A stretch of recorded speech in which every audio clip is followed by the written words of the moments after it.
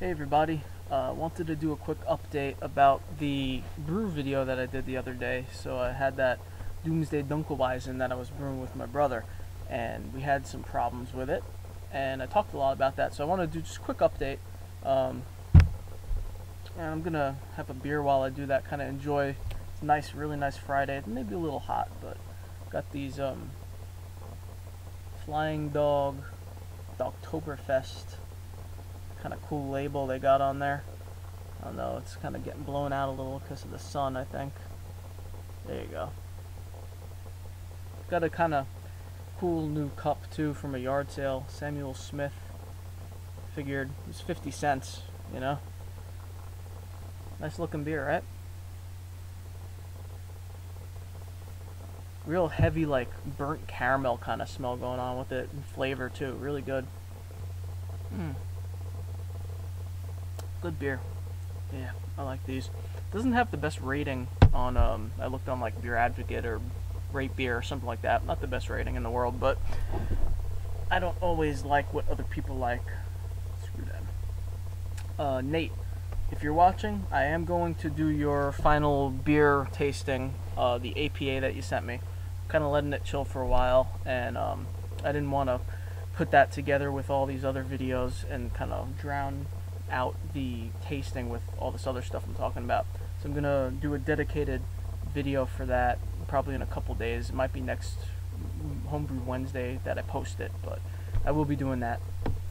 Anyway, so I have a lot of updates I want to give you about my Dunkelweizen, so that's what I'm going to be talking about. Just a few minutes. Alright, so first of all, I talked about how the 3068 Y yeast pack that I smacked didn't inflate, and we pitched it anyway, and 2 days passed and it wasn't fermenting and all that kind of stuff. Well, someone was in the area of my homebrew shop, told him to pick me up a new pack. As soon as it got here, I smacked it. That thing inflated within 2 hours, nice, ready to go. My brother got off work, came picked up the yeast pack, and then he went home. He called me about half an hour after he left here, and he said, "You're never gonna believe this. It's fermenting." The yeast that we thought were dead were just, you know, I guess you know, people told me I should have made a starter, and I guess I really should have, because it turns out that it was just, you know, underpitched, and it took a while to get going. It took nearly 3 days for it to start fermenting. But once it did, it was crazy. I haven't actually been there to see it, but my brother told me that it was bubbling like mad, and it's really gone crazy.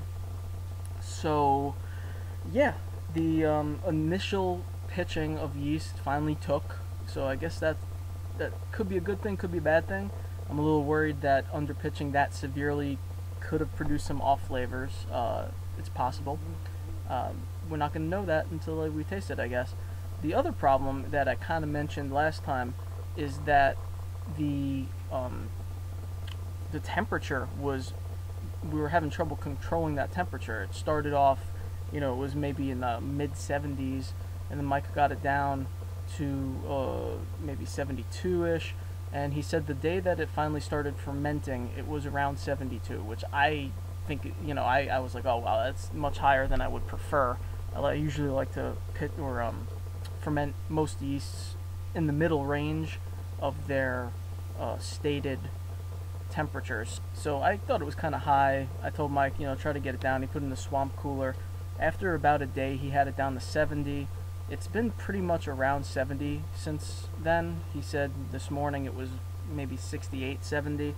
So it's dropping a little bit, but mostly, I mean, mostly between 68 and 72. It's been in that area.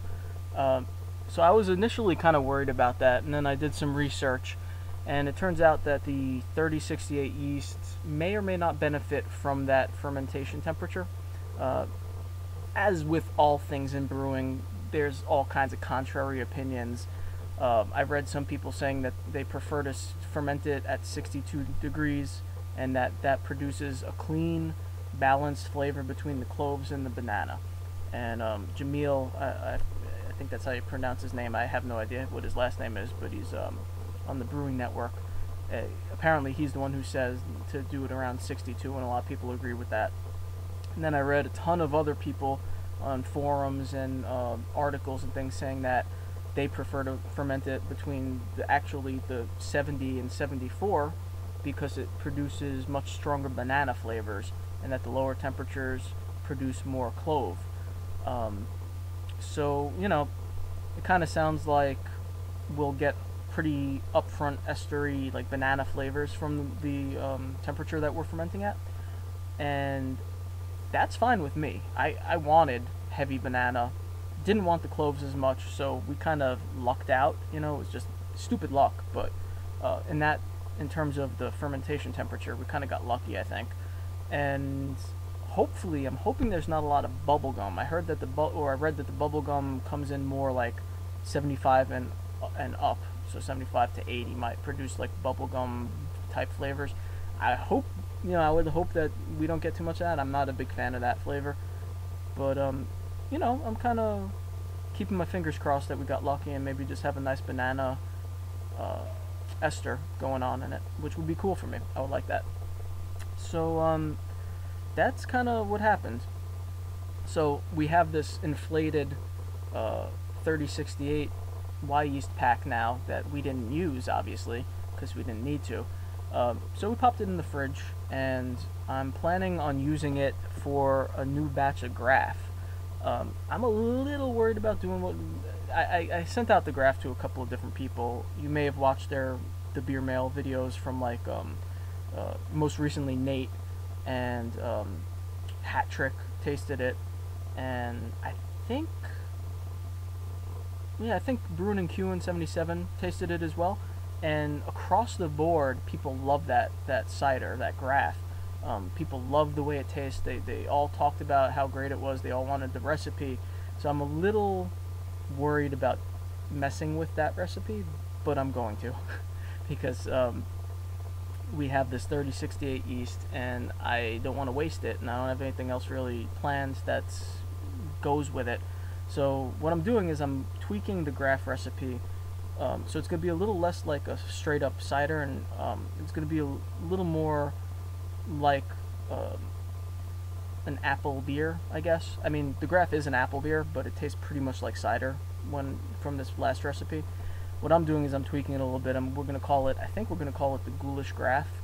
And what we're doing is I'm going to put a little bit of chocolate malt in there, and I'm going to put more. I had Crystal 120, I think about half a pound in the original graph recipe. I'm going to up that to a full pound. I think I'm going to do maybe like a quarter pound of the chocolate malt. I'm going to use, the last time I used 1 pound of amber and 1 pound of light DME. This time I'm going to use 2 pounds of amber LME, liquid malt extract, and I'm doing that mostly for color, but also for maybe a little more malt flavor. I'm going to up the Cascade hops by a quarter ounce, so I don't want to go crazy with the hops, but a little bit. And I'm going to spice the entire batch this time. So last time I did like a mini batch with a little bit of spice. This time I'm going to up the spices, and I'm going to spice the entire thing with some cinnamon, nutmeg, and allspice. And then, of course, the only other major, 4 gallons of this is apple juice, and then that 1 gallon wort that I just told you the ingredients for gets mixed in with it. And last time I fermented with SO5. This time, obviously, I'm going to use the 3068. I'm planning on making a really big starter, and I'm purposely going to overpitch, and we're going to try really hard to also ferment at a pretty low temperature. That way we won't get too much ester, and hopefully a little more clove in that particular batch. I don't want to overpower the cider and apple flavors with like banana and other fruit. I don't want it to be, I've read some people said they tried using 3068 in the graph and it came out tasting like an appley Hefeweizen. Trying to avoid that. That's why I upped the malts, trying to give it a little better of a malt backbone, retain all that nice apple flavor from the original graph, and also maybe pull out some clove from the 3068. That's the plan. Whether or not it works, I have no idea. We'll find out. I'm be happy to send those bottles around to the same people who tasted, or other people too. to see how it stands up to the original graph recipe, which was Brandon O's graph recipe from Homebrew Talk. So anyway, that's the plan. This went a little longer than I meant for it to, but have a good one. That was my update. So the Dunkel Weizen, the Doomsday Dunkel, is on its way, and everything seems to be going alright. We'll hopefully not have too many off flavors in it. But I'll keep you updated. Have a good weekend, everybody. Cheers.